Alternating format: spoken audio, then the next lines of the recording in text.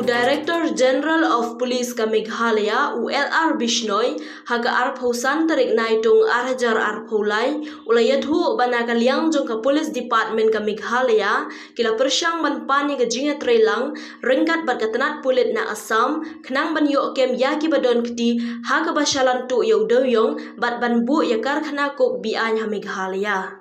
Haba keren cikilat pathai khubor ulayathu ba marsin yo ya ka jing patha na kaliang ka ying bishar ba don burom ka jella ka Tnat Pulit kala persyang ban wat bnya bat la syam ba ki don ki breu ki batrei yakini ki kam Be-Aiñ ki de ki breu ki banabar ka jella.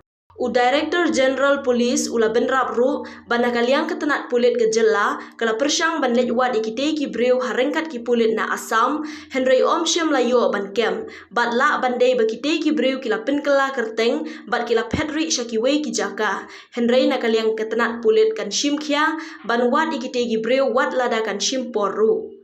Court have mentioned that the kingpins behind the illegal coal mining and even operations of illegal coke plants in the state are in fact from Assam.